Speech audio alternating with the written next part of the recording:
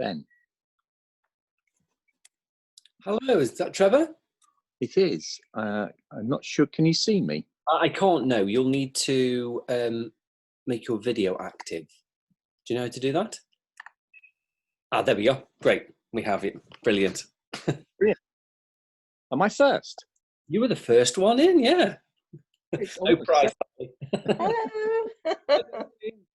Hi. Hi, Jed. Hi. Have we met before, Trevor?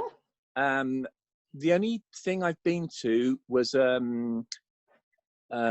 poetry writing thing that we did day and night just before Christmas a couple of years back ago. I don't know if you went to that. Oh, right. Yes, that would, well, it might even be before my time because Oh, right. I've only been around a couple of years, so yeah. Oh, good. Enjoyed Well, it, welcome. thank you. So, how are you, Jason? You all right? Yes, I'm good, thanks, yeah. Oh no, what have I done? Yeah, it's all right. I haven't disappeared. There we go. So I've just got to find me bits of paper while we're waiting for others to join us. Okay. I sent out a lot more invites today. Yeah, I don't know whether it's made a lot of difference. It's weird, really. It is. Have you got the sort of link for Robin's thing tonight? Oh, no, I can get it and I'll post it in the chat. That's okay. If you could, yeah, that would be good. Peter might, I don't know, I didn't ask him. So Trevor, you're doing open mic, aren't you, Trevor? Yeah, I booked in. Peter, yeah, a confirmed thing, so. Brilliant, I got you on the list. I don't know when, but it'll probably be around about 7:30. That's lovely, yeah. Okay, yeah. And what's the, is there any protocol? Zoom. Yeah. We usually just say that if anybody's got any background noise, to mute while people are reading. Absolutely, yeah. Okay, yeah. that's the most important. You can mute everybody. We can, yeah. But it's easier if you move. Hi, Doc. Hi, Doc. Hi, Sally. Hello. Hi, Sally. Hi. How are you doing? Okay, thanks. Good. I've had the luxury of... Sorry? I was just saying I've had the luxury of some time to myself now, as my partner is a teacher and went back to school on Monday. Oh, so you've had a bit of time. Have you been doing any writing? Only a tiny tweak to one poem. Mostly it was just the housework, shopping, laundry stuff. Hi, Doc. I hear congratulations in order. Thank you. Yes. Several things, I think, have been going on for you, haven't they? Well, one thing is a flash fiction horror piece of mine. It has been published by an online zine called Dark Elements. Ooh. And out of a clear blue, a gallery in Akron, Ohio, which is, maybe an hour's drive from me, if we could meet in person, has invited me to partake of their open mic and reading.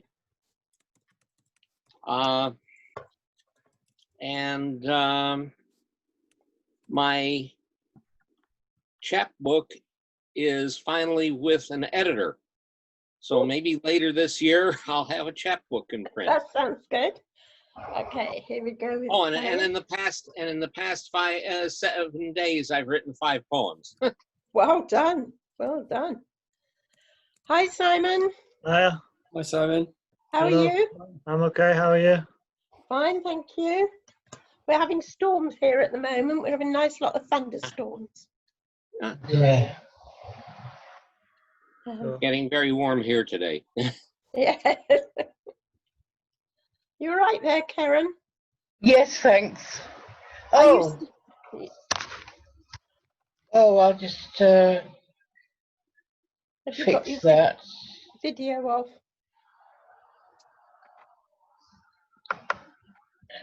There we go. That's brilliant. Right. Hello. Hello.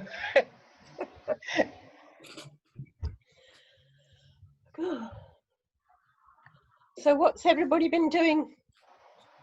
Getting wet because the Getting rain. wet, yeah. If you've been out on your walk, you Twice must today, have yeah. soaked. Yeah. What's the weather like in the Philippines, Simon? I don't know. I'm not in the Philippines. You're back home. I'm in sunny Surrey at the moment. Oh, right. so Not sunny. Cheltenham yet. So sorry. No, I'll be in Surrey for the foreseeable future. Yeah. Did you have to go into quarantine when you came back in, or? Well, yeah. I mean, basically, I've completed that now. Oh, good. Right. Hi, Ben. Oh, Hello. I'm glad you're here. Sorry, I arrived a bit on the nose, I realise. Sorry about that. That's fine. That's fine. We won't be starting till about, well, I should think probably about 5 past, depending how many come. But it takes time for people to get in. So. How is everyone? I'm fine. Yeah, pretty good, thanks. Good. How are you? You're getting a pretty good echo there. Me? Yeah, how did you get a haircut? How did I get a haircut? They've lockdown is. I'm in Belgium at the moment, and lockdown slowly coming to an end. Releasing. Oh, we all want haircuts. I know. Yes, indeed. It's too short. I don't like it anymore. It's way too short. Oh, it looks good. It'll grow. Hi, Nina. Nina. Hi. How are you? I'm okay, thank you. Good. Ah. Is my echo very bad? Because I can move to a better spot. It is quite echoey, but it wouldn't stop us. So. It wouldn't stop us hearing you. Give me 2 minutes. I'll just move. Okay. Question about Zoom. My screen says recording. Is that something I've done, or is yes, you can record a video. Oh, yeah, no, if you go on the bottom part next to share screen and between share screen and reactions is a record button. I didn't think I'd pressed it, you see. No, but I'm automatically recording the whole event so people can watch. That's why. Okay. Oh, it doesn't come up on mine. It doesn't come up on mine. That's interesting. Hi, Carol. How are you? Hi. I'm right, thanks. Hi. So it'll be strange to get back to Cheltenham, won't it, Sam? Yeah, I mean, I'm not sure when I'll be back in Cheltenham. All right. I'll probably be in Surrey for the next few months. And then, yeah, I'm not really sure from there. I might end up going back to the Philippines for a couple of months. But yeah, it's a very strange time at the moment. So it is. Well, at least you're managing to move around. That's good. Yeah, well, I sort of had to come back. So, yeah. Is that Clive there? Yeah, I'm here. Hi, Clive. How you doing? Fine, you? Yeah, I'm not bad. Yeah, looking forward to tonight. There's a possibility. There's a possibility that somebody you may have seen her on the slam actually. Kimberly Johnson from America. Oh yes. Yeah, she may come along. That'd be good. I haven't shared the link with her yet, but I think she might be coming. So good. But yeah, I'm looking forward to it. Are you staying off? I'm sorry. Your video's not on, Clive. Your video's not on. Oh right, okay. Did you get to any of Kimberly's American events, Clive? Say again, sorry. Say again. Did you get to any of the American events? No, I haven't.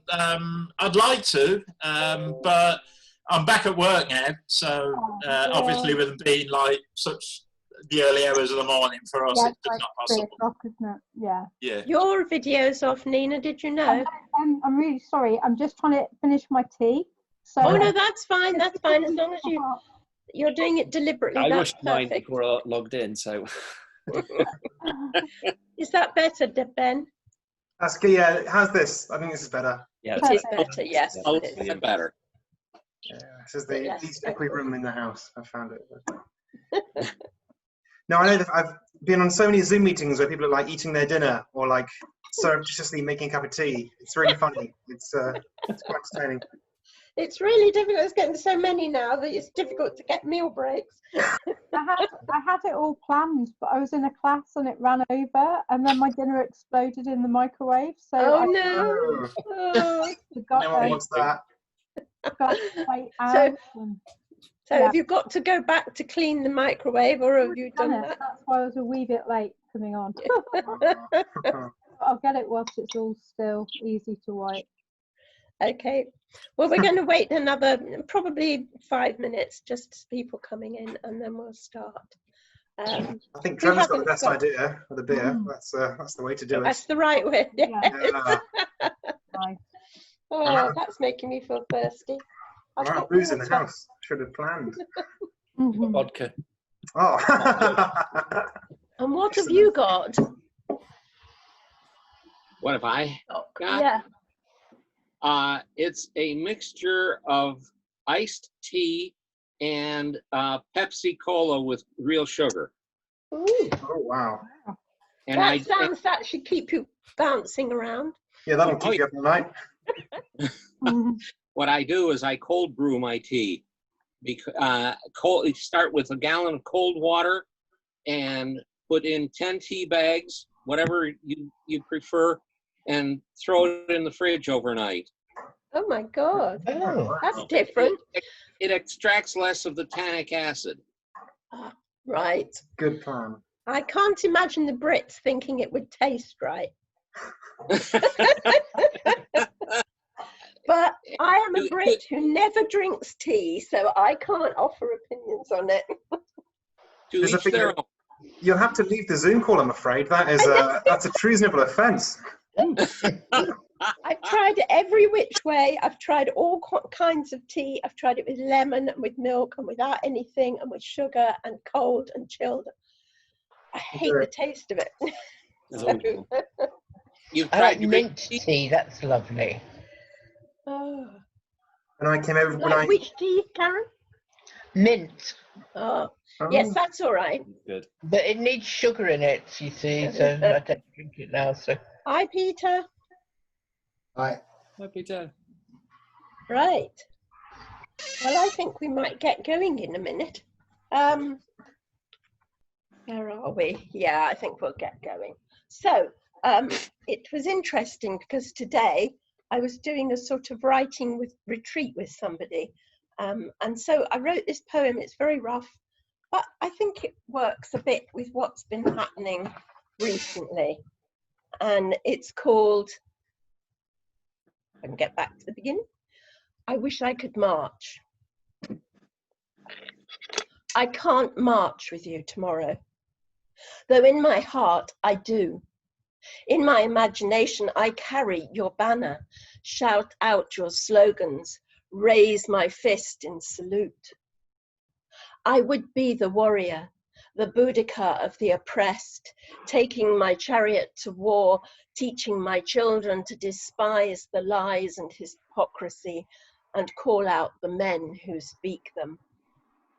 I would march and do so in my mind.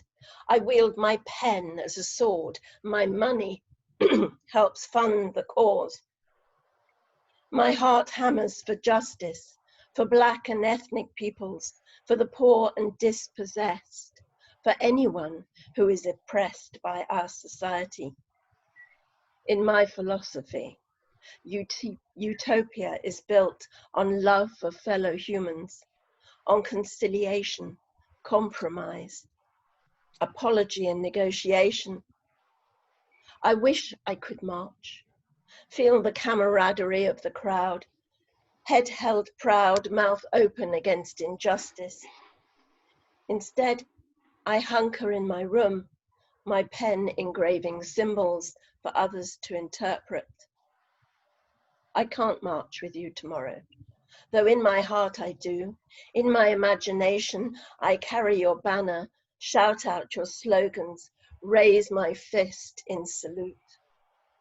But I have a horror of crowds, a fear of being trampled, of being hemmed in. And so I've never marched into the capital, though my heart has always followed behind you cheering.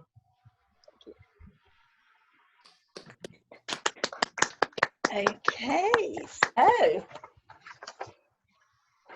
we'll start off. Jason, are you happy to start us off?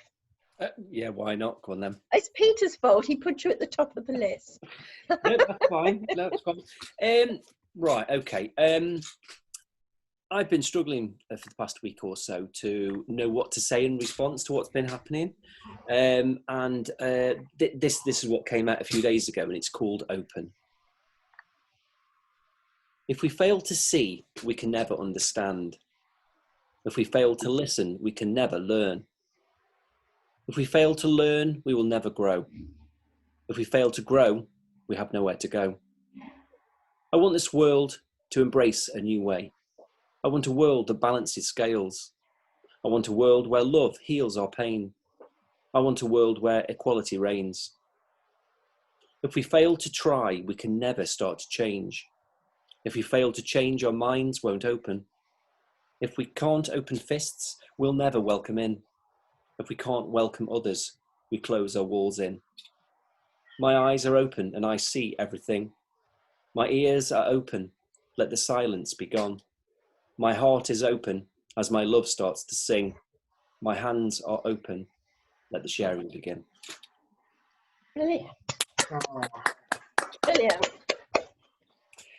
And have you got another one? I have indeed, yeah. And again, I've been looking back at poetry that I could use as a response as well. And this was probably written nearly 3 years ago when I was observing two drunks in a pub. I was out for a family meal. And this is just an observation of it. And it's called Strange Brew. Glazed lenses of bloodshot onyx struggle to find focus as two bears steam acid breath with scalding spits of hate speech. A glistening honeyed puddle is slurped with a fierce tongue, and bubbling fermentation races down a tooth-edged pipe. Battle-weary brutes vie for position in unsavoury display, snarling and booming their growls to shake the clearing. Blunt dirt-marked claws drag down tired, slouched shoulders as a pair of hulking beasts sway like cedars in a gale. Hairy paws smash at wooden trunks with uncontrolled force, spilling their golden catch of glittering froth onto smoothed bark. Miserable snouts and jagged dripping spikes make way for roars of content as old friends put their anger of the world to rest. Nearby, timid dwellers widen eyes and twitch ears to the unsettling din. Their peaceful meals taste bitter from strange behaviour. Grumbling towers of fur shake the soiled ground as the moaning bears leave their stale, sickly scent behind. The thundering Goliaths retreat back to the inward safety of their cold primal caves, free to hibernate fear and suspicion in isolation. A shaken forest regains the safety of calm, but deep in the ground, a rumble shifts the soil as sore heads dream of unrest. Oh. Brilliant. Thank you very much, Jason. Another big hand for Jason. Well done. Love it. I forgot to say something right at the beginning. I do apologise. We've had a slight change. We will only be going on until 20 to 9 because there is another event, a fundraiser for BLM. And if you look at the Zoom chat, if you look at the group chat, Jason has put the link. It's hosted by Robin Hood Shaw, and it starts at 8:46, which is, of course, the time when George Floyd was killed. So if we knew that some people wanted to go to this, so we decided to get rid of our break and work on Did you say a Zoom chat? Sorry? Did you say a Zoom chat? It's on Zoom chat. No, the event isn't. The link is, sorry. I can't see it, that's all. Oh, is if you scroll up to the top. At the top. Oh, because I came on late. I can't see it either. Okay, I just forgot to mention it. So repost it. Yeah, repost it by all means. Okay. Yeah. Oh, I didn't realise. So yes, I think I did mention it on one of the messages, Ben, which is why you're going on a little bit earlier than normal.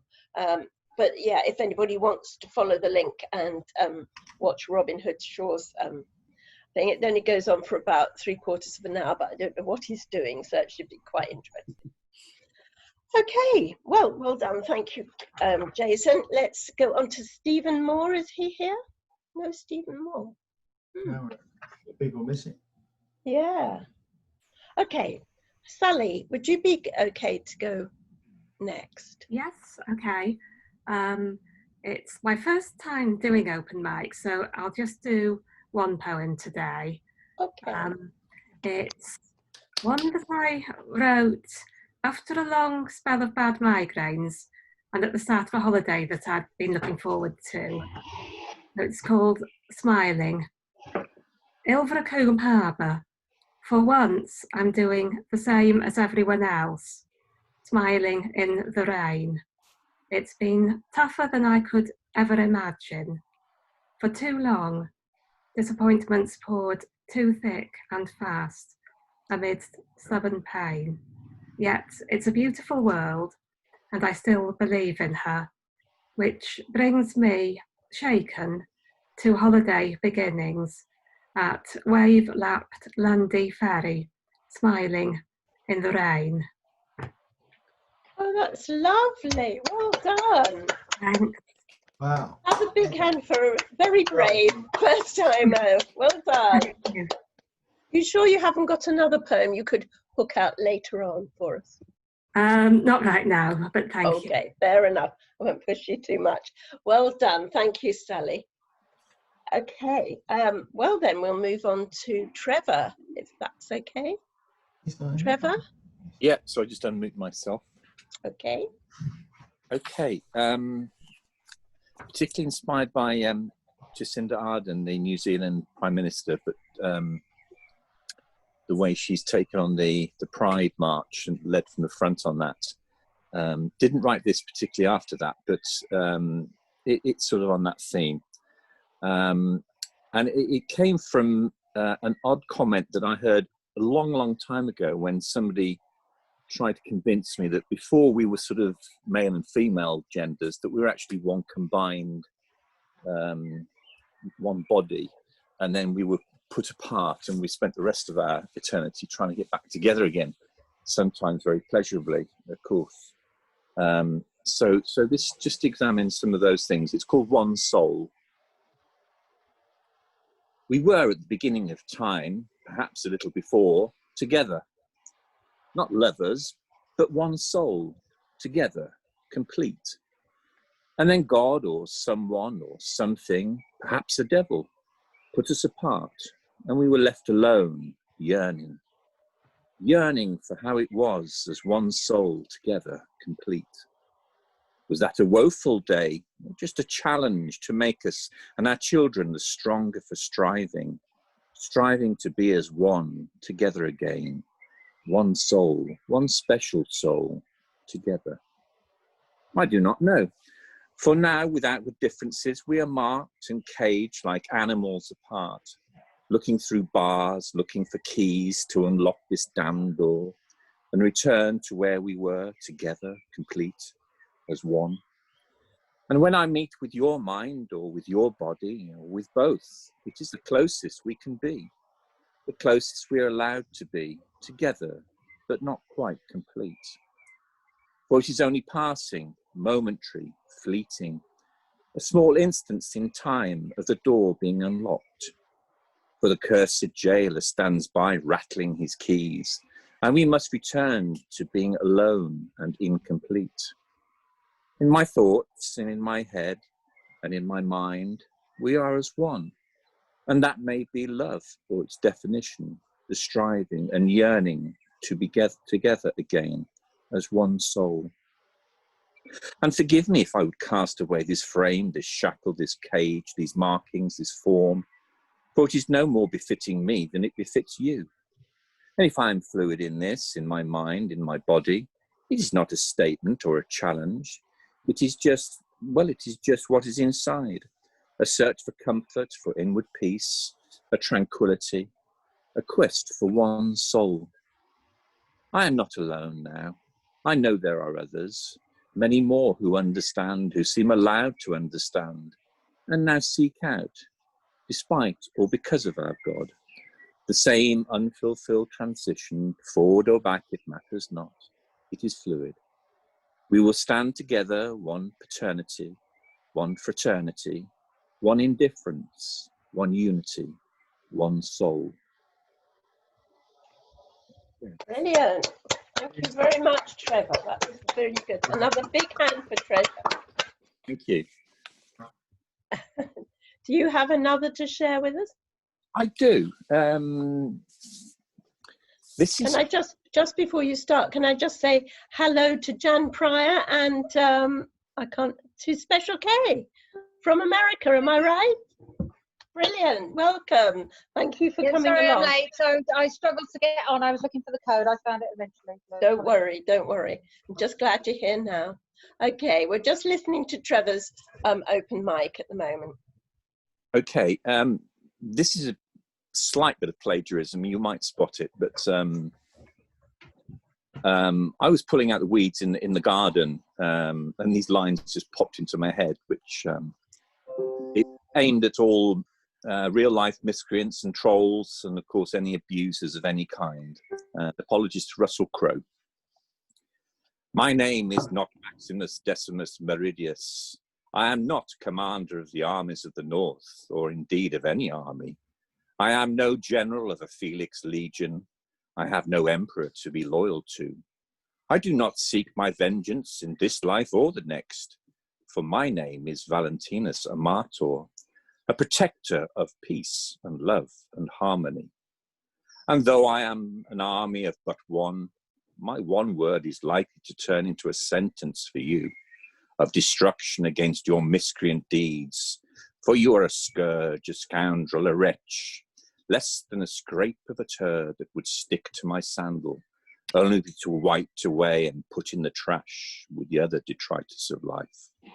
But if you be a sordid abuser of any unrelenting type, beware, for although my name is Valentinus Amator, I will have our vengeance in this world only, for there is no next for you.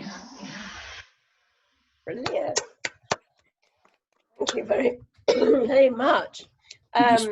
Gladiator. No, I don't think I did. I'm terribly sorry, but I had a little interruption there, so I missed the beginning. So who were you plagiarizing?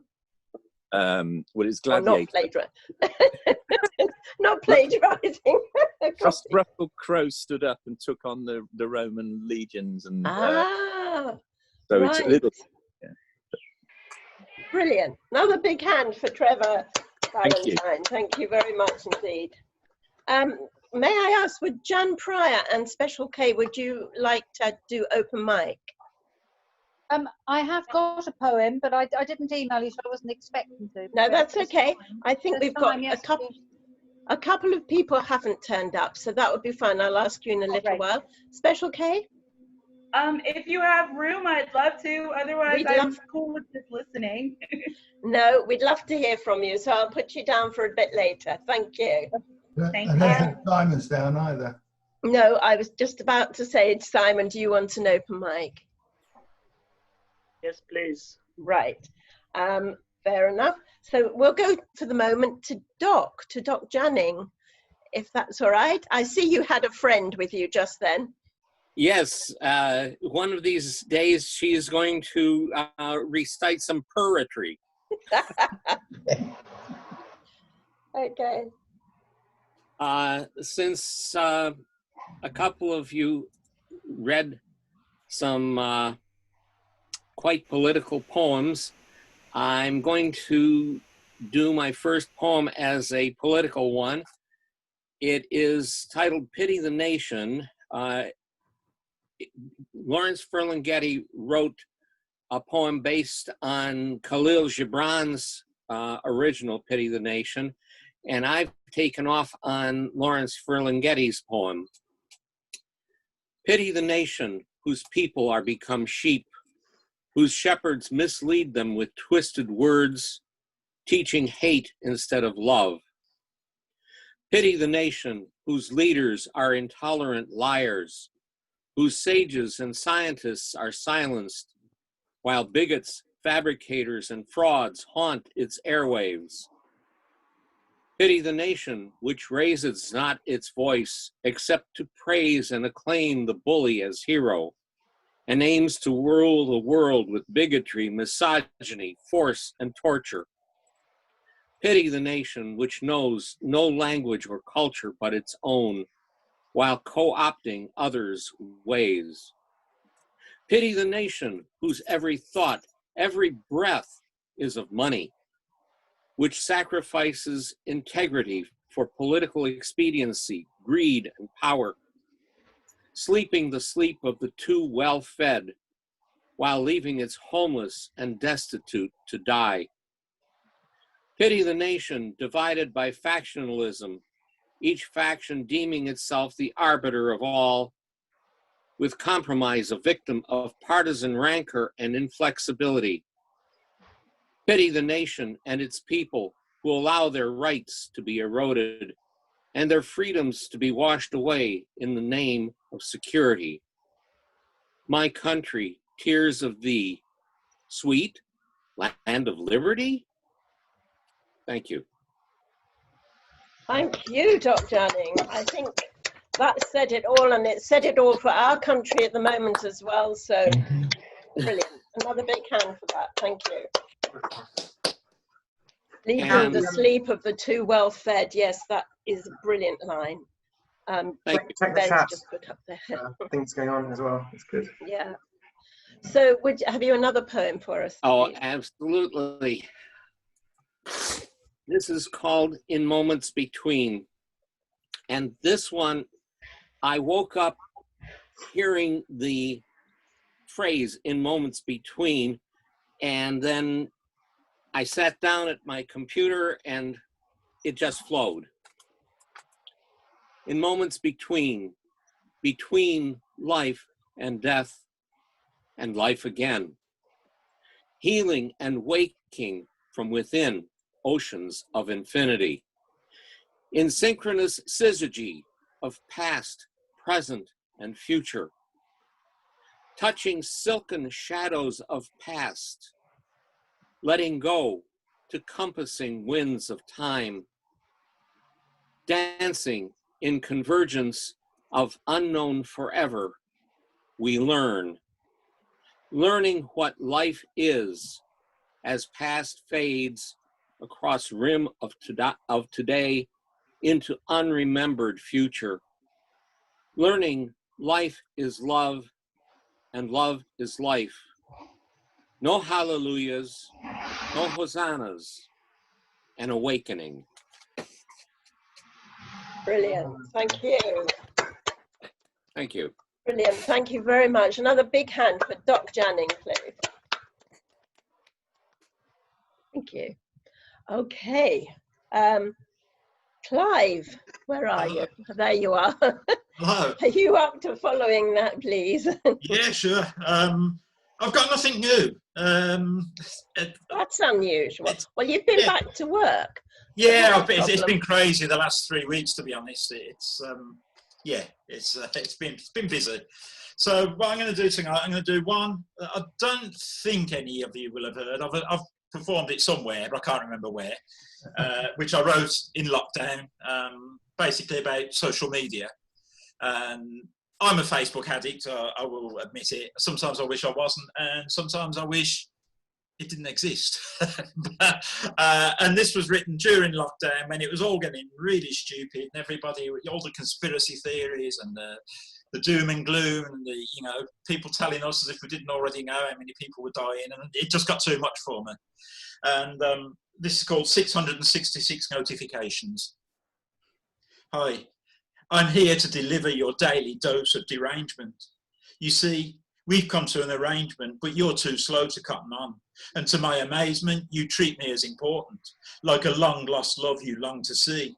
You think of little else but me. You think I'm there for you to help you through the lonely times, but really, I'm there to twist your mind. Seek all the weak points I can find and apply the pressure until they break. Gradually raise the stakes until you can't afford to play. I am a drug. I lure you in with short-lived pleasure, and soon You will depend on me, treasure the time we spend together, but fail to notice the subtle changes in my tone. Still see the mirage of my friendliness, but not my heart of stone. Your world's a complicated mess. You're searching for relief from a relentless diet of stress and grief. You have this naive belief in me, but I'm a thief. I steal your illusions one by one and take you on a trip, a mystery ride to my darker side until your thoughts mirror its gloom. You bought into it, now one assumes you knew there was a price to pay. You need me, you know you do. Don't ever say we're through, because I'll make you look a fool. Like a gambler having that one last bet when deep down they know the score, that to their intense regret, there will always be one more. Thank you. Wow. Brilliant, thank you. And I've, I mean, that last sort of line, it was the number of people you see saying, I'm fed up of Facebook, I'm leaving. And then 20 minutes later, it's like, oh, blah, blah, blah, blah, blah, blah, blah. Yeah, people just... I've been guilty of that myself. Oh, so have I. So have I, yeah. And the second one I'm going to do, some of you will have heard, if you're at the UB Hive Slam, you will have heard this. I'm not doing anything funny tonight, which is, or attempting to be funny even. So that's a bit funny, yeah. But this one was written as, well, it will be obvious, I don't need to say when it was written, but it was written at 3 o'clock in the morning, the night before the slam. It's called Not in My Name. There are some people I want to mention tonight whose tragic deaths magnify the need to fight for equal rights. Rise up and shout, enough is enough, this is not in my name. I want to mention Jamar Clark, Philando Castile, Breonna Taylor, Botham John. These people are a small proportion of those who are gone, lost to racism and hatred. Black lives ended in the United States, and still the toll increases. Sean Reed, Ahmaud Arbery, Michael Brown, Ezell Ford. You could add to this list, of course, because it's a shameful roll call of lives that mattered, with loved ones whose lives were shattered. Their names are scattered through the mists of time. And this list of mine is just a sample, a small example of racist crime and institutional homicide. Michelle Shirley, Trayvon Martin, Kenny Watkins, Tamir Rice, just 12 years old. So many tragedies to be told. Eric Garner, Tony McDade. Anyone can add more names. George Floyd. His death sparked protests worldwide, which in the States were met with force, encouraged by a president in too deep with the KKK, who then had the nerve to say how George could look down on a great day, a great thing that's happening in our country. And you think it's just America? There are some people I want to mention tonight whose deaths magnify the need to fight for equal rights. Rise up and shout, enough is enough, this is not in my name. I want to mention Sean Rigg, Mikey Powell, Mark Duggan. Lives lost in the United Kingdom. You probably know of others. People who were sons, daughters, fathers, mothers. The list is long. Leon Briggs, Ricky Bishop, Stephen Lawrence, Joy Gardner. We have to resist, try harder, raise awareness, demand respect and fairness, regardless of the colour of a person's skin. If you stay silent, you're aiding and abetting. And please, save your indignant all lives matter, your ignorant dismissal of white privilege, your claims to be a victim, because all lives do matter, not just yours, including those throttled by a copper's knee as they lie helpless on the floor. Yeah, if that became routine for the likes of you, what do you think you would do? Thank you. Woo! Brilliant. Brilliant. Hopefully I'll have something balmy for next month. I usually come to you for light relief. Oh, no, I've let you down. I'm so sorry. No, you haven't let us down. You've done brilliantly. Thank you so much. Another big hand for Clive, please. Wow, who shall I go to for next? Nina, are you up for reading now, please? Yeah, can you hear me? I can. You're quite quiet. A bit muffled. Hang on. Sorry. Is that better? Yes. Okay. So I've changed, I'm just going to do two, and I've changed the first one based on our pre-event conversation we all had about cups of tea and iced tea. So this one's called Tassiomancy, and some of you will have maybe heard it before. Her grandmother used to read tea leaves.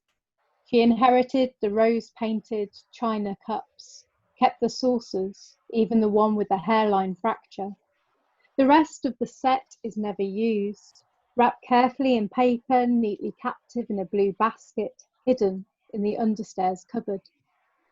She buys her tea in bags, drinks it excessively. Warm liquid brings her comfort, the promise of charmed moments. Blueberry honey adds sweetness to Earl Grey. Golden indulgence holds the magic. Her grandmother chose lemon over milk. Always stir the blend to a consistent tone. Embrace the warmth. Allow it to resonate. Nurture the rising spirit. She empties her mind of frequent thoughts. Imagines those dark leaves, the iron of experience. The house grows cold. He swirls the dregs 3 times, allows her grandmother to conjure the situation, leaves in her hands. Thank you. Brilliant. Thank you. And my other one is on the screen, so if I'm not looking in the right place, I apologise. This is one from many of the workshops I've done since lockdown, so it's a lockdown poem. It's called In a Pickle. Combine lockdown with water, a housemate or a lover. Add fear and lost diary dates. Stir, sleep, stir. Learn restlessness is natural and insomnia comes to us all. Keep others from the same household close. Share the burden of their fear, dissolve it. Remove yourself from heat. Slice jalapeno peppers thinly. Absorb their bite through your fingertips. Focus on the blade. Anything to settle your mind. Nothing seems quite as violent now. Find things to occupy your time in 15-minute intervals. A day will pass, I guarantee it. Transfer your jalapenos to a large, wide-mouthed jar. Pour liquid over. Bathe the fever out. Cover with a tight-fitting lid and refrigerate. Shelve it, like your worry of what-ifs. Turn yourself numb. Wow. I'd love to see that on the page. I've got so many lines that I was nearly typing, but it's very hard to follow. But I'd love to see that on the page. That was brilliant. Thank you. Big hand for Nina Lewis. Okay, Carol, hello. How are you? Hello. Okay. Just the one poem, but it is quite long. So lovely. It's called the River Serpent. Rumours started again when a man's body was found early morning on the riverbank, legs splayed in a rat run of mud, where the body had been dragged towards the waterline, trousers frayed, seams torn, legs bloody and scratched, his neck twisted, snapped. Then 2 black and white cows found at the water's edge, caught in branches of a tangled willow tree, legs skywards, bodies rotund, bloated, grey tongues dangling from stiff, hollow mouths, strands of grass blades still at the corners. Farmers' crops failed, people fell ill with flu, took to their beds, and the vicar fled his parish without due notice. 2. Villagers began to talk about the river serpent returning, memories of long-dead grandparents spilling out stories, recollections of them huddled around smoky coal fires, tales of a monstrous black-scaled creature who lived in the depths, who rose out of the water to bring plague to the people, spoil farmers' crops, devour children and cattle in its monstrous jaws, the sound of crunching bones and skulls resounding across marshland. 3. Whispers started when the strange tides came in spring, carrying huge walls of water up the estuary, swirling like a maelstrom, gulping and spitting. They said it meant the serpent was restless, waking from its slumber some 8 fathoms deep, its huge tail spooling and spiralling silt into watery clouds. Cows were moved to higher ground, broken fences repaired. Sheep became skittish, ran wild-eyed to shelter in their stone-walled folds, and the hens stopped laying. 4. During daylight hours, the river seemed calm, serene, sailed smoothly between flower-meadowed banks, where trees trailed leafy fingers in the scurrying flow. Moorhens and swans floated and grazed amongst the crested iris and woodland flocks. Blackbirds and sparrows fluttered in hedgerows, filled with delicate dog roses and spiky blackthorn.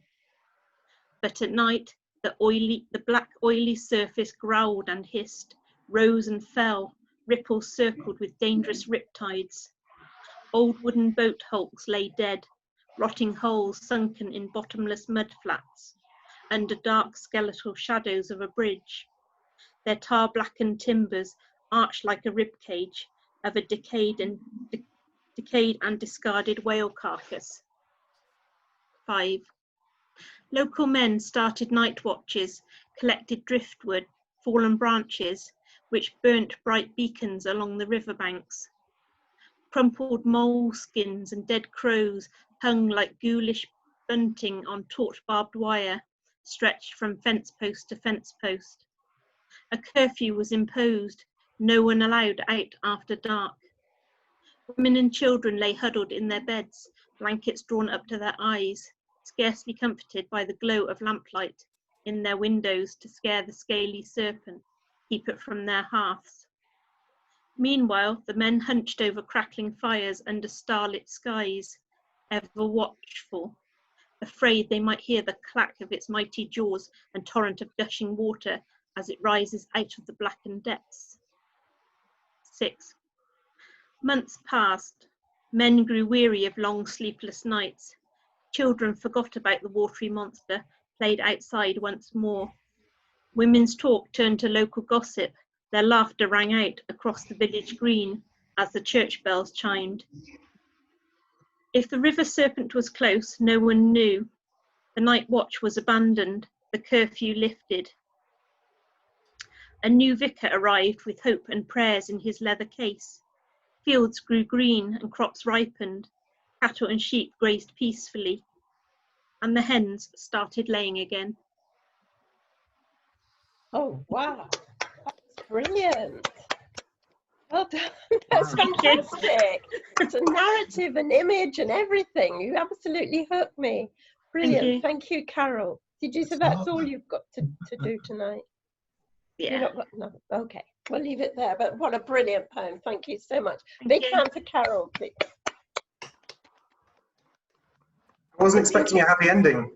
I thought it was maybe a sort of a Beowulf style. It comes back. Well, it was a happy ending in as much as the chickens hens started laying again. Yeah. Wonderful. I can see your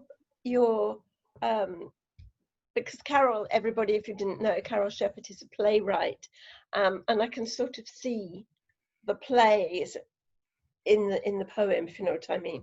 I loved it. Really good. Thank you. Okay, now I've got this in the middle of the screen, so I can't see everybody.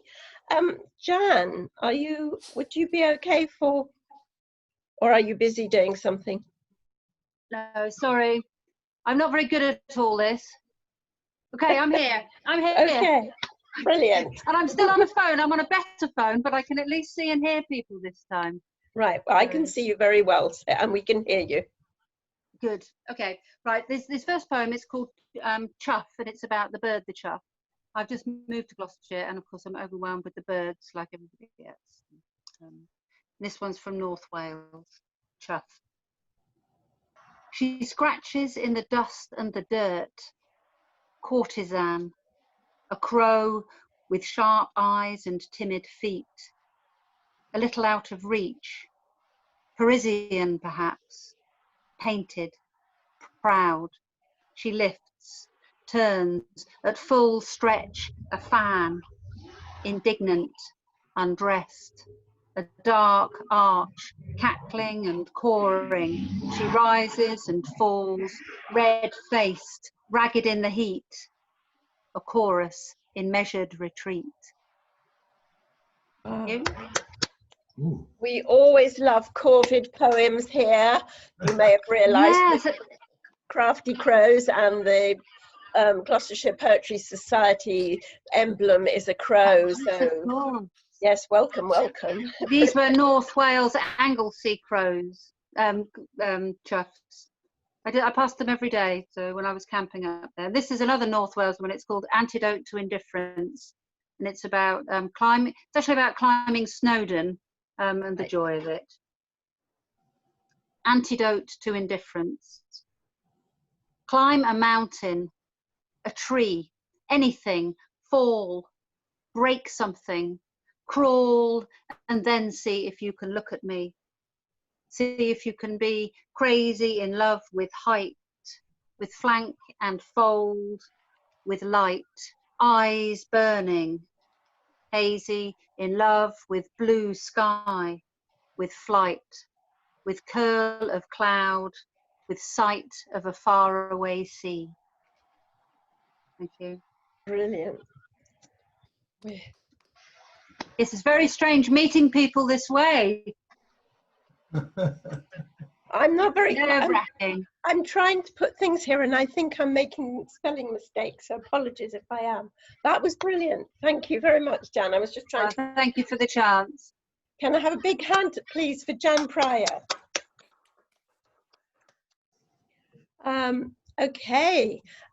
Special K, would you like to honour us with a couple of your poems? That would be brilliant. Okay. Can you guys hear me okay? Yes. All right. This first piece is called Me Too. I am afraid of the dark.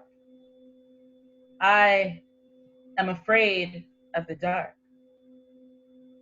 I am afraid of the dark. Now mock me if you must, but I swear to you this is no luck. I'm simply just only afraid of the dark. You see, it was dark when he came in, and they say he came in like a thief in the night. But I'm not so sure whose side of the story they're trying to tell. For if you ask my body, this spirit that pours forth from this well, he was a thief. And he littered the ground with his entrails as he promised not to miss any detail, and he ravished me. A minister. He was sent to pray for me. Instead, he preyed upon me. So, yeah, I am afraid of the dark. And this is no walk in the park. It's not done for some hashtag likes the unfaithful followers. Instead, I choose to bring awareness in sharing this. You are not alone. You too? Me too. But I got you. And truth be told, I don't know if it was night or day when he was so bold as to have his way, but my eyes was closed incredibly too tight to see any type of light, and I am afraid of the dark. And the worst part is, no, the worst part wasn't. The worst part wasn't seeing him enjoy my body like toasted turkey on rye while I was dry. No. The worst part wasn't having any family see me cry, no friends to ask me why. I all of a sudden recoil at the mere mention of his name, and I am afraid of the dark. And so afraid of the dark was I that I forgot to live in the light, and so filled with shame, I gave him instant replay in my head game. And I am afraid of the dark. No, I was afraid of the dark. I am stronger than him, and he doesn't win. This is my art, and I choose to impart. You are not alone. You too? Me too. But I got you. Wow. That's the first one. Thank you. So powerful. Instant replay in my head game. I mean, fantastic. Nina, I was just reading your comment there. Brilliant. Wow. Deep Thank breath. you. Have you another? All right, and so my next one, all right, there's a lot of stuff going on in the world, and this is my response to what's happening over here in the States. America, God shed his grace on thee, and crown thy good with brotherhood from sea to shining sea. But America, I feel thou hast forgotten me. From slavery to the separation, no, I mean the destruction of the Black family, to the created and portrayed imagery that only people who look like me live in poverty. America, where is this brotherly love one of your original cities boast about? Or is that something only white men in white robes are allowed to dwell in? America, God meant thine every law. Confirm thy soul in self-control, thy liberty in love. But America, I feel like I am the only one flawed, and you have taken it upon yourself to mend them, laying waste to my brethren, their lifeless eyes staring upward toward heaven, the streets soaked in their blood while the pavement still echoes the reverberation. Stop, don't move, hands in the air, bang, bang, bang. Oops. The police have become a vigilante. They've decreed themselves to be the lawmen of this country, as well as the deciding factor in who gets liberty or death unto thee. America, may God thy gold refine, till all success be nobleness, and every gain divine. But America, your riches have been obtained in all ways unmoral, unjust, and unethical. You stole from Africa and every other country along the way until there was practically nothing left, and you have forced those who suffered at the hands of your plundering to bow and call you king. Where is the nobleness in that? And from that day to this, divine has not been the name of every gain for a people who look like me. Each step forward has been ridiculed in strife, struggle, oppression, death. America, God shed his grace on me, and crown thy good with brotherhood from sea to shining sea. But America, you have forgotten the grace bestowed upon your broad shoulders. Your memory seems to fade when it comes time to admit that without the backs of slaves, you would have never made it here to this great stage. America, when will you open your eyes and stop pretending to be blind to all that which is negative inside of you? America, when will you demand? America, when will you decree? America, when will you issue justice for all of us. Only then shall we truly be free. Only then can we stand in unity on this, our home, sweet homeland, America.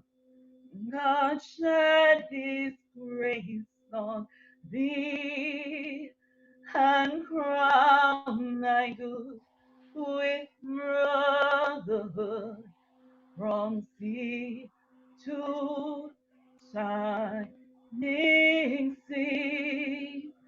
America, I want to see my Black sons make it past the age of 20. America, they matter to me. America, when will we matter to thee? Wow. Oh,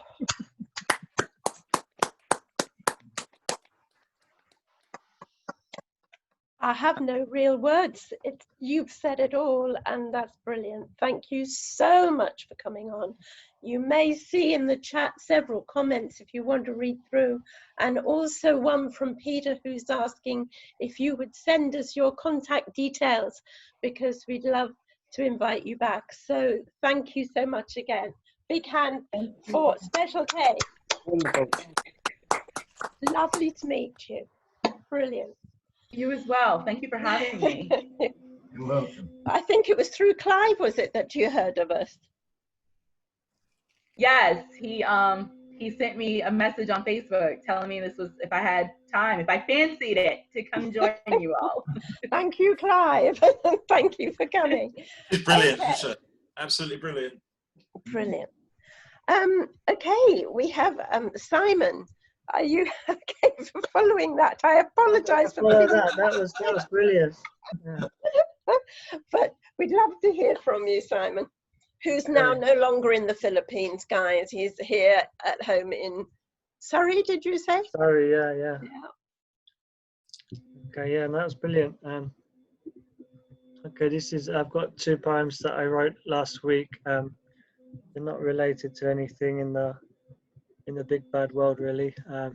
So this first one is called "I Sold a Kidney and Put Everything on Black because I never played the Coca-Cola lottery, because I haven't had a fall at work that wasn't my fault, because I think you've got the wrong number, mate, because the doctor gave me 6 months, because you didn't leave me your number, because you didn't think I would, because you left so many holes, because how did you get this number, because I can't believe it's you, because of pride, because my wife said this is my last chance, because piano lessons and school shoes, because I buried you, because Nando's peri peri chicken, because I've been backpacking around Europe and I just walked through the door, because the insides of my wife's thighs, because this telephone is a direct line to God, because I'm still summoning up the courage to pick up the phone, because chips and gravy, because you sent it a day too late, because humanity, where are you? Brilliant. Thank you. Okay, this one's called Thanks Again. You had eyes of brilliant blue, freer than was healthy. You held me closer than I deserved to be. You taught me how to defend myself from my darkest energies. You caught my happiness when we hit the stage. You told me how to tell the world to do one and to be myself. I played Uno with you sometimes on the kitchen floor. You smiled through all your scars, all the heartache, all the years. You fell apart for my loss. I wrote your name in the sand. You were the best of my friends. Your brown skin was always warm. You held me back on the rooftop, and I slept in your arms. You made the same joke every week, gave me a sense of security. I stole that CD you said was good. I'm playing it right now. Wow. Thank you. Thank you. Thank you, Simon. That was brilliant. I have to say, I think that was one of the most mind-blowing open mics I've ever introduced. I really, every poem was amazing, and I can't thank you all enough. Can I really have a big hand for absolutely everyone tonight? It was brilliant. And actually, if any of you have any other poems around, do search them out, because we may have a few minutes after we've heard from Ben. Now, Ben Ray is our feature tonight, and he is the 2019 New Poets Prize winner and current. Could somebody mute if there's a lot of noise on, please? Thank you. 2019 New Poets Prize winner and current poet in residence for 2020 Cheltenham Poetry Festival. Ben Ray is an accomplished young poet and reviewer from the Welsh borders, with a fresh and original poetic voice, full of wit, twists, surprises, echoes, and challenges. That came from Alan Rusbridger, former editor of The Guardian. His third collection, The Kindness of the Eel, will be published with the Poetry Business this June, and I have heard these poems, they're beautiful.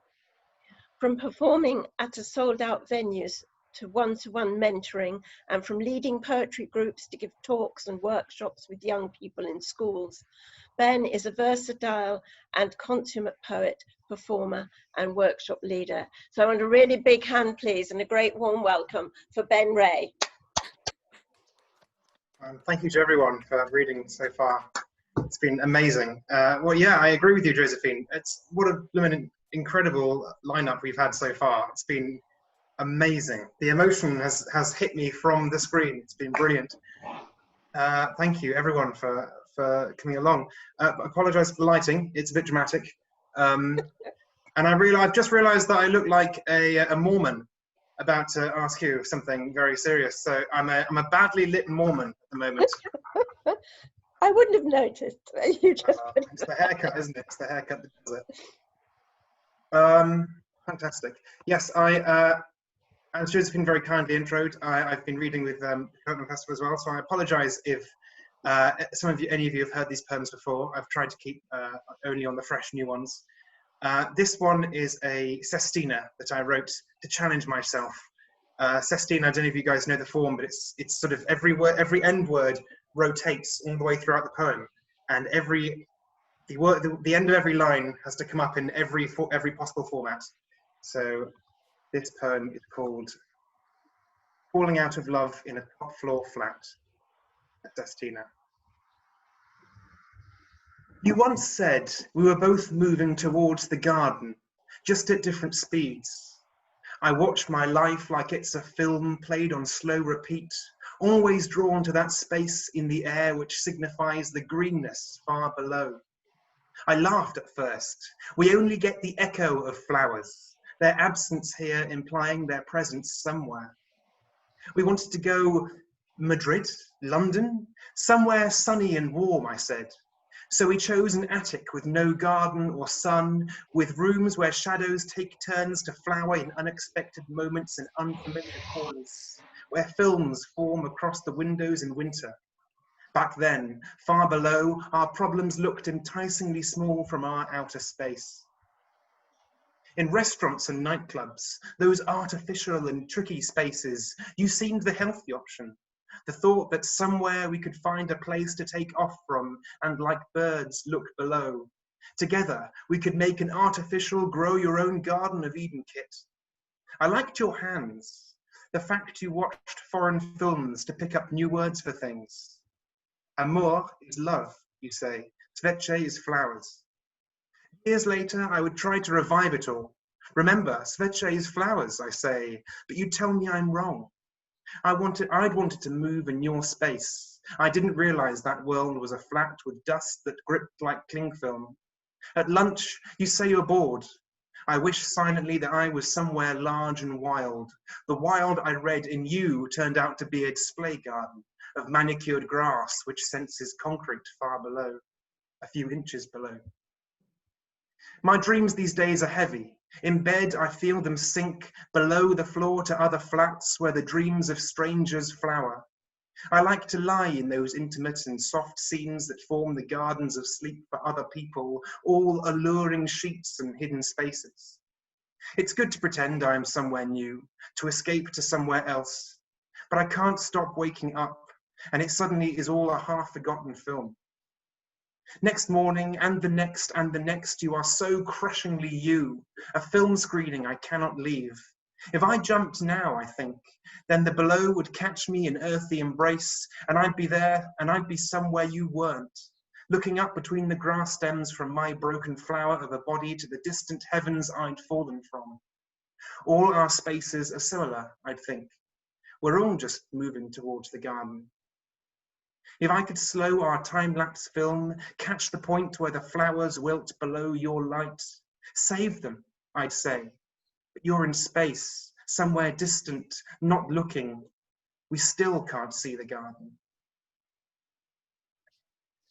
Thank you. It's always quite a long one to read, so I apologise. You get into the second page, you think, oh, this is going on quite a while. This is, I've never done, does anyone write untitled poems? Like some sort of like rock star. I've never written an untitled poem and I've never played Wembley. But this is, one of those is happening tonight. Sounds good. Untitled.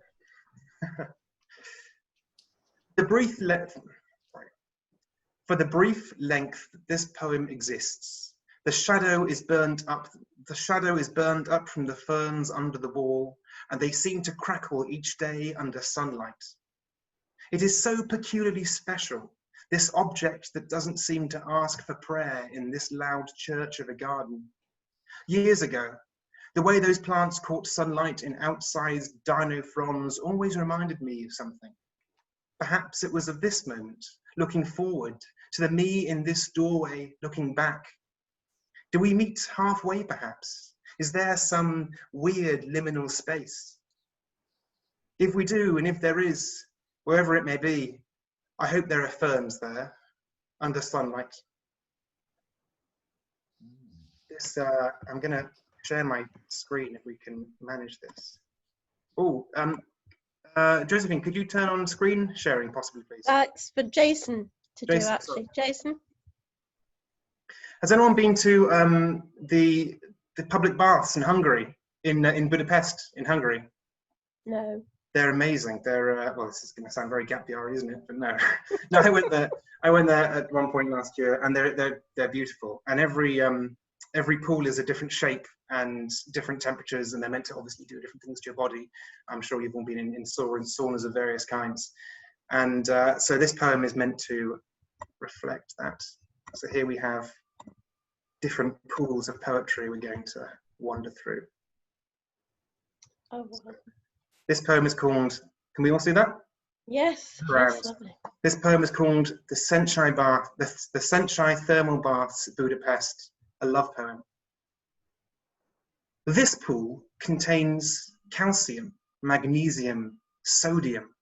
When it's whirled, we can smell the otherness of it. It's no wonder that we come out different people. That stag party from Prague, talking Pilsner and Budweiser, have arrived, laid claim to this space, so we go sink into another pool. Underwater, our bodies lift, echo each other. There is something slowing about the water here, something still. Hold me tighter. We move from cold to hot to cold again, sweat glistening on our arms and on our legs, our nakedness belying the volumes we carry with us from pool to pool. You say something, but it is lost like this metaphor in the steam. You told me you trusted water, that you loved the inevitability of its movements. Now, held in two embraces, you only talk of how white the tiled bottom is, how the light from the roof stretches miles to reach it, how the water's edge suddenly seems so far off, the earth so distant. These baths were built in 1913 by men who swam in luxury and who did not see the deluge ahead of them.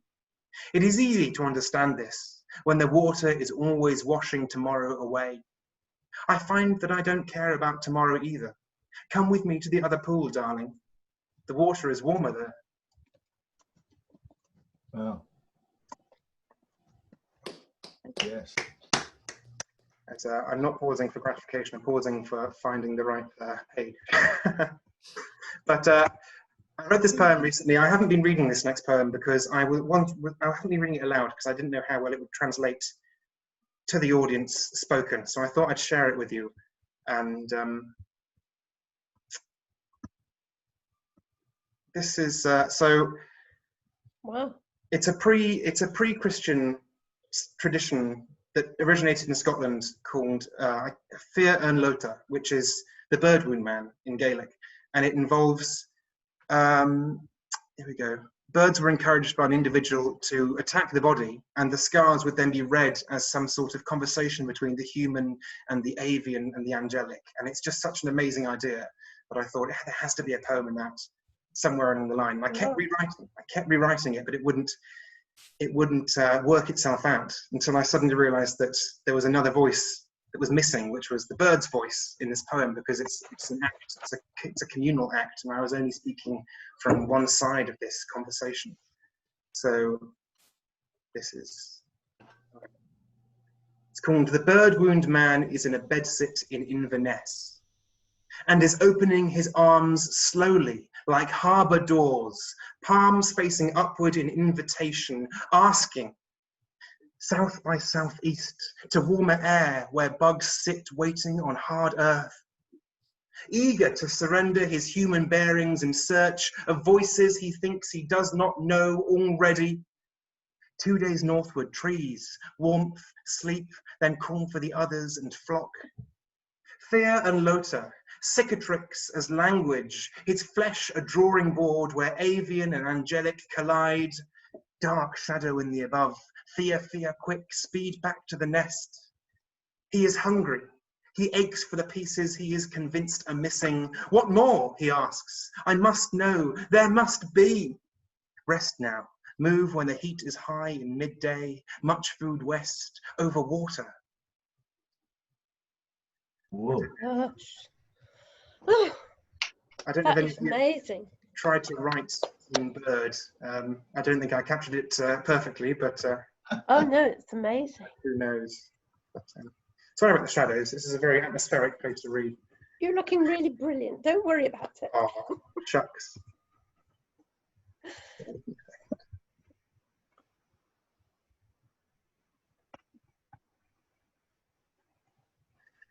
At night, I wonder if the border guard stole your passport and changed places with you.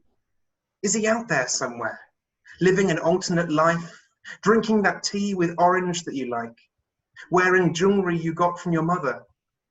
In bed, your hands feel perfunctory, searching me methodically, looking for something they cannot find. I have a love of writing very short poems. I don't know if you guys have that at all. There's an idea, and I find that you try and expand it, and you spend a long time as a poet trying to expand single ideas that you're sure have a root and work somehow. And then often I find that the best way is to give in and sacrifice the dredge of the poem, as it were, and then tighten it into some sort of brief, small, knitted thing. And that's often more powerful, I feel, than a longer piece. I don't know if you're with me on that experience. I'm trying to find poems that you might not have all heard before, because I realised that I might have been lucky enough to share poems with you before. I'll read this piece, which I hope you don't mind me sharing. It's more of a prose poem conversation. I was lucky enough to, when I was in Warsaw, listen to some members of the Solidarność Party, female members of the Solidarność Party, talk about their part in the Polish spring of '89 and the rise of Solidarność and the subsequent fall of the communist government. And then immediately afterwards, when Lech Wałęsa came to power, the president of Solidarność became president of Poland. the women's role in this this grassroots movement was suddenly it vanished like it had never happened. And the women of Poland, of this movement in Poland, have ever since, for the last 25, 30 years, been trying to fight for their place in history, their rightful voice in this this uprising that still hasn't really been heard. And in Poland, there's quite a juxtaposition between official history of the Solidarność movement and the underground women's history of both sides being involved. This poem's called Interview with Female Members of the Solidarność movement, featuring 5 speakers, as we can see. What a cast, my goodness. I remember driving out of Warsaw in '89, right after the free elections. That sense of space. Under communism, see, there was no emancipation. Men and women were all oppressed, all in it together. And they relied upon us, the men. Those strong arms, those confident hands grasping banners, those voices you can hear from your radio, we were their support, their lungs, with Rolodexes in our heads, with transistor radios and Samitsat in our prams. Where the authorities never thought to look, under martial law they took all the men, left us as halves, a farmyard with no cockerels, just imagine, but not empty, no, not alone. We created networks of safe houses, a Poland-wide web of all our arachnes, publishing Tajskin Solidarność, yes, the voice of solidarity, and we launched Women on the Airwaves, remember? I remember.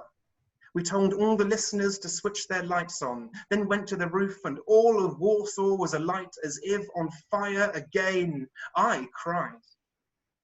We were the implementers. What do you do with sudden power? The world was upside down and we were everything for a time. And everybody knew and nobody said. Us, the invisible ones, that even the men didn't see when they came back. And then Jualeza was back and that was that. You can escape the regime, but not normality. We fell back to being the natural second, but we were their lungs, but never their voice. No, never their voice. Of course not. It had never been that way. A friend, she said to me, who will remember us to our own country? That first escape after it all, leaving the city. Do you remember?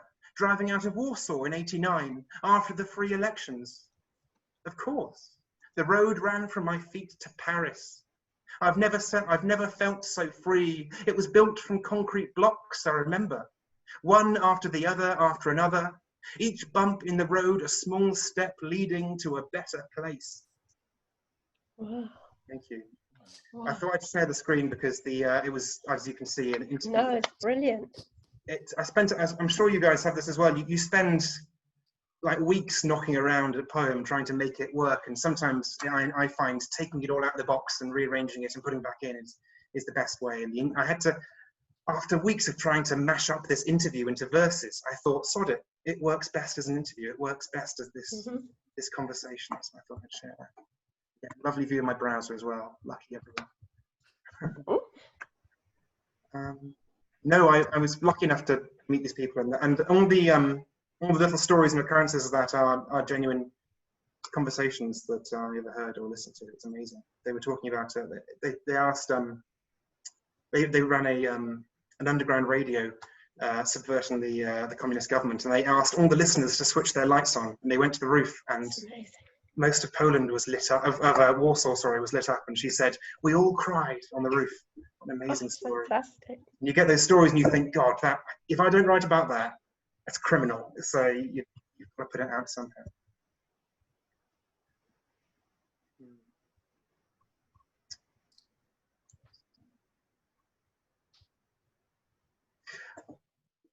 Quick show of hands. Has anyone? I think some of you may have heard the next poem.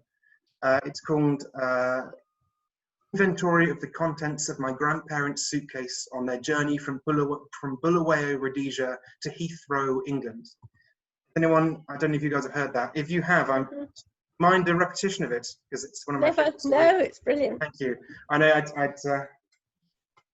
guilty of bashing out the old hits, but this is one of my favourites to share with people. As you've probably guessed by now, my grandparents did live in Rhodesia, and they emigrated back in the 70s, and they were told they could only bring a few suitcases. And it's a family story that kept coming up at the dinner table, and so obviously it found its way into a poem, as these things do. Yes, inventory of the contents of my grandparents' suitcase on their journey from Bulawayo, Rhodesia to Heathrow, England. 2 pairs of custom-made sheepskin jackets, double thickness to keep out the British chill. 1 jumbled box of doll's house equipment, destined to be lost between endless floorboards. 4 battered bush hats, dented by memories and missing their chin straps. 1 dog collar, without dog, kept simply because it could not be kept. 1 box of secrets, said to hold a human heart and sealed shut with wax. 29 socks, one of which is still mourning its soulmate, left on the floor of a cheap hotel on a distant continent. 1 signet ring belonging to Cecil Rhodes. 3 small beads from the ruins of Great Zimbabwe, which hold the key to the purpose of the site, and which will be hunted for fruitlessly by archaeologists for decades to come. 1 ceremonial sabre, adorned with the BSAP crest, destined to be swung, stolen and fought over by generations of grandchildren. 4 pots and pans, hopelessly trying to tessellate in the packed space. 2 elephant tusks, reputedly given by King Leopold II of Belgium to his wife as a gift, and bought in a flea market in Nyasaland in 1954. 1 wedding photo, framed, contains 2 smiling faces, 1 old English church, 1 entwined future. 1 original document of the Unilateral Declaration of Independence, the heaviest item in this case. 1 rubber snake, pulled unwillingly from under floorboards and dragged by the tail across the ocean.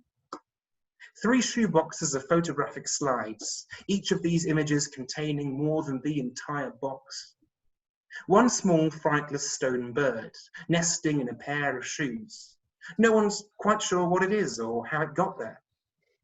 4 small African masks, kept almost ironically as souvenirs of a life they cannot attempt to summarize, and which will hang in nondescript hallways in a succession of suburban houses. 2 children, who are thinking of all the trees in the African bush left unclimbed, and who have no knowledge of just how damp and cold their English winters will be. Thank you.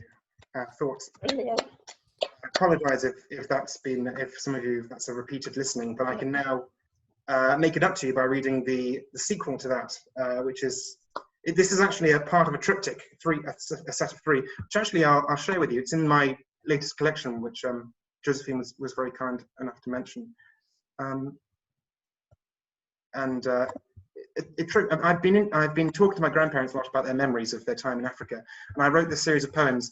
The first poem is about their journey down the Zambezi, and you can see that that's the Zambezi River running through the poem, and the text is a very long set of reminiscences, which I won't bore you with. This is the second part, which we've just shared. This part I'll share with you. This is the third part, which brings us bang up to date in a housing estate just on the edge of Ross-on-Wye, sometime around now. I visited you yesterday. Start again. I visited you yesterday afternoon and noticed that the years have passed. How have all those years passed? And you've grown old together. The front room, your projection hall, your Wunderkammer has gone, and Africa seems suddenly so much further away. Why is distance measured in space? You were in the garden, stating your existence in flower beds, and you were in the study, a different room, the same place, painting yourself into your landscapes over and over. You know, I've never felt more like my grandfather than when I'm sharpening pencils, carving deep, finding the lead, whittling an instrument soft enough to write in his voice. Wow. Brilliant. Thank you. Brilliant. Josephine, how are we doing for time? Well, we're doing okay because we have a little bit of extra, so if you want to do another 1 or 2, that's fine. Well, you know, Jehovah's Witnesses always overstay their welcome when visiting, so I think You were a Mormon before. I'm a Mormon. Oh gosh, oh no, that shows my ignorance of evangelical religion. God, I need to go and do some revision. Gosh, share with you a poem. I might share this poem. I don't know how often. The Thoughts of Charles Byrne. I don't know if you guys have heard this before. I hope you don't mind resharing it. So Charles Byrne was, he was born with a genetic deformity known as gigantism in the 1780s. And like most people born with that kind of deficiency at that time, unfortunately, he made his living as a freak in a fair in England, and died of alcoholism at the age of 22 or 23. Very sad life.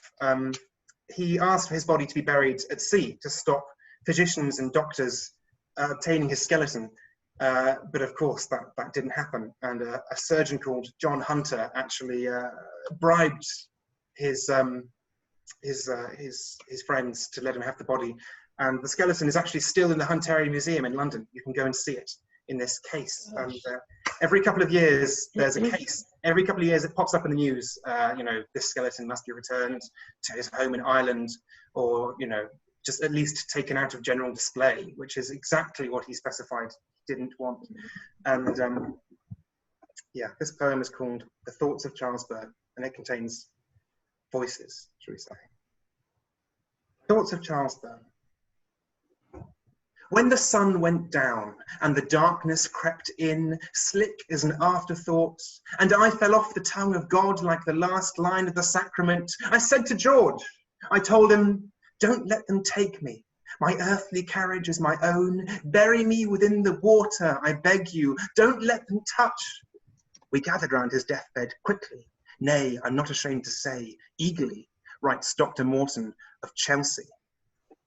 Lord, I know I was mean once. As a child, I killed a dog that came too close, dropped the stone from my height like a judgment then. Yes, the nails digging into palms, bent double to allow for pa's beating. The subject is 7 foot 7 inches tall, this remarkable condition being brought on by some abnormality, evidence of a pituitary tumour at the base of the skull, writes a medical report, 1909.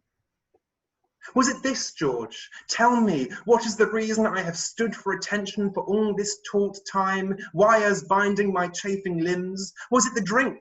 Surely it cannot be his will that my crown's closeness to the heavens keeps me from the sleeping earth that he calls the remaining world too. His grand height originating, it's heard from reliable quarters, from his being conceived on the top of an exceedingly tall haystack, writes the Herald newspaper, 1782. Why do I remember the dirt between seat-crammed rows, the applause as I danced for unknown eager faces behind lights, crowds as I lit my pipe off the lamplights on Cowgate Bridge, all those cat-calls and hand-claps which gave relief thanks that they were not me? Where was that place, George? Tell me. Sometimes I forget. Where am I? We saw him drink from a teapot.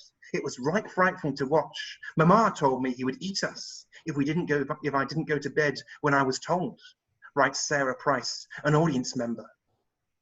I once knew Elspeth at the Royal, arms broad from too many days' work, a chest that beckoned you in, eyes that could swallow a week's savings. I'll have another round, Elspeth, and one for yourself, and 1 shilling for the driver, and 10 shillings for the law, to avert its omniscient gaze and to get the object away to safety, writes John Hunter, surgeon.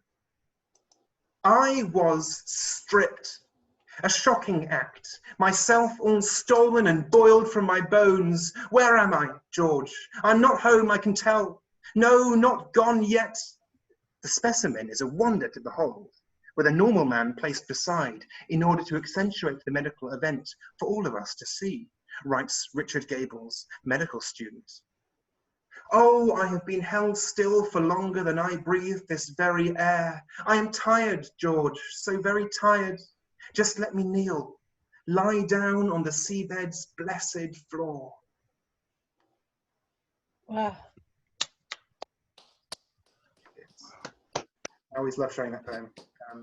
Great to share it with you guys tonight. And I sent it to the Hunterian Museum, but I didn't get any response. I don't know whether that's indicative of anything or not, but who knows? Who knows?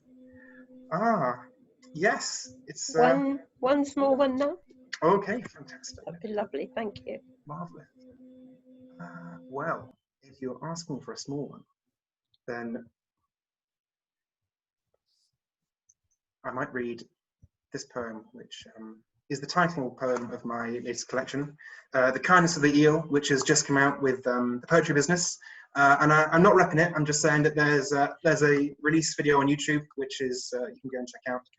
I suppose that is repping in a way, isn't it? But yes, this poem is called The Kindness of the Eel.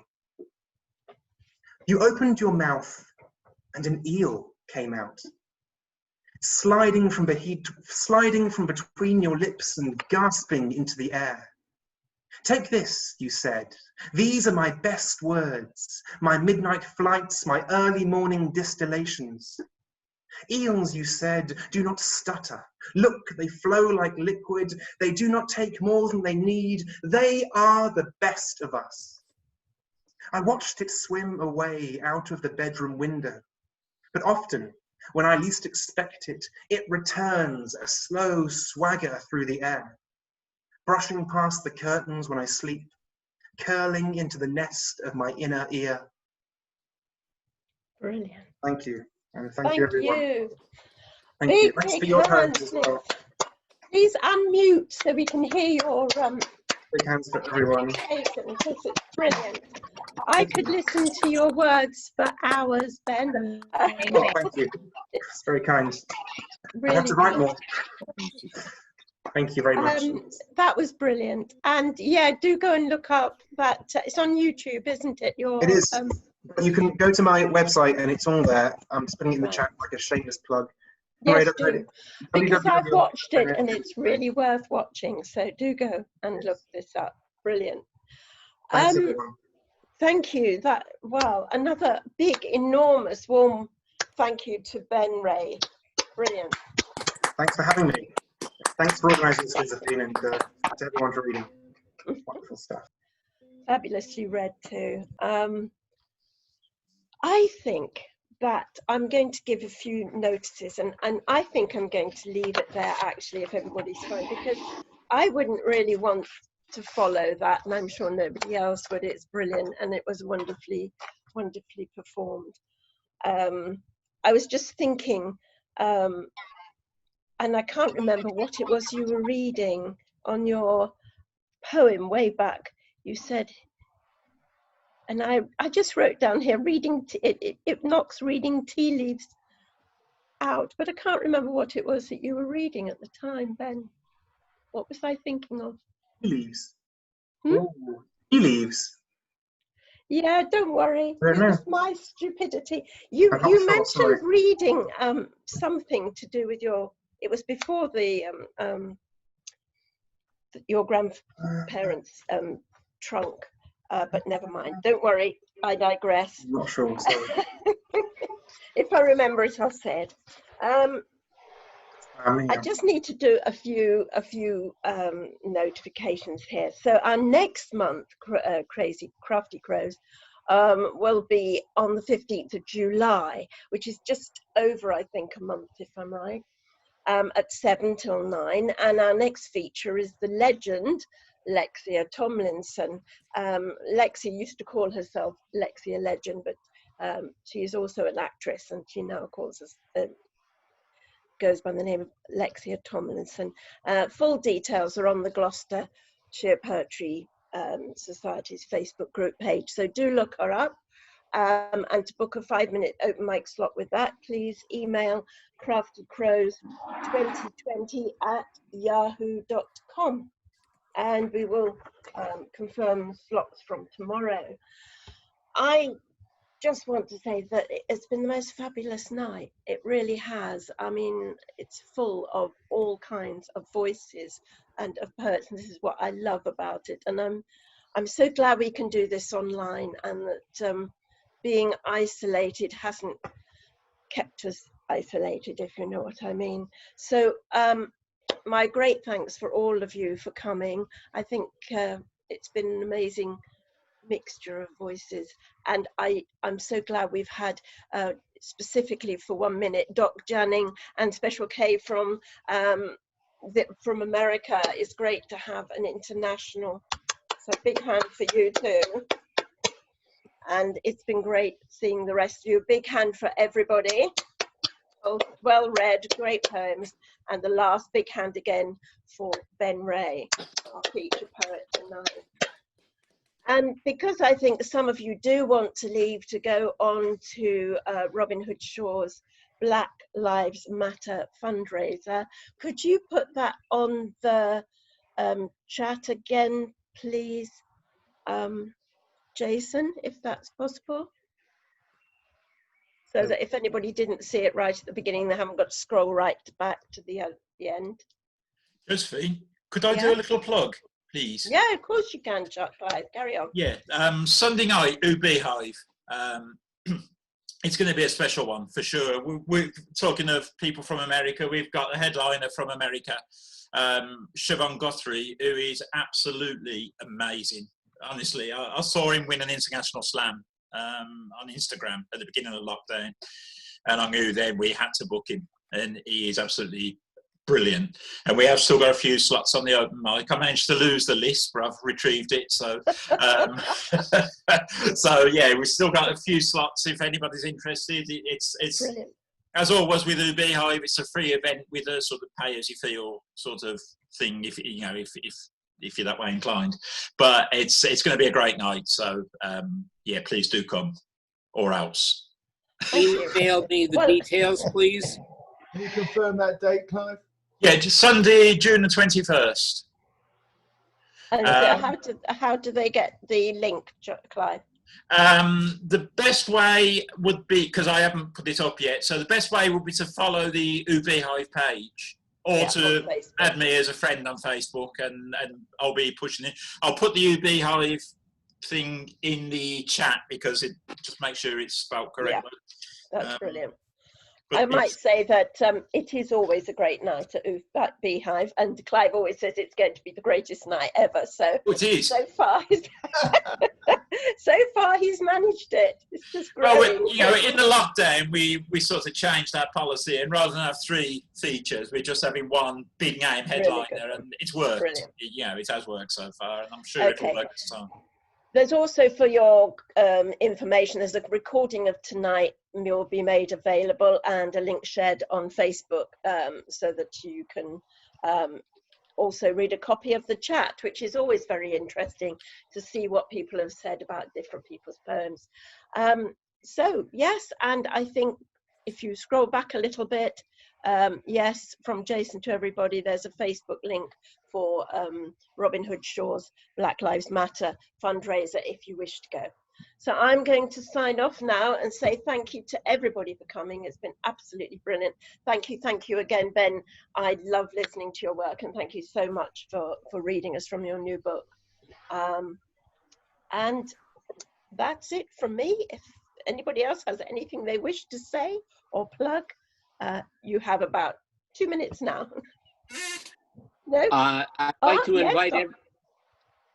invite everyone to join me with my Zoom poetry reading on the 28th of June at 2:30 p.m. Eastern time in the U.S. It's a 5-hour difference. Here. Yeah. And go on Facebook, look for Awanites, Awenites. It's derived from the Welsh word Awen. Spell that again. A-W-E-N,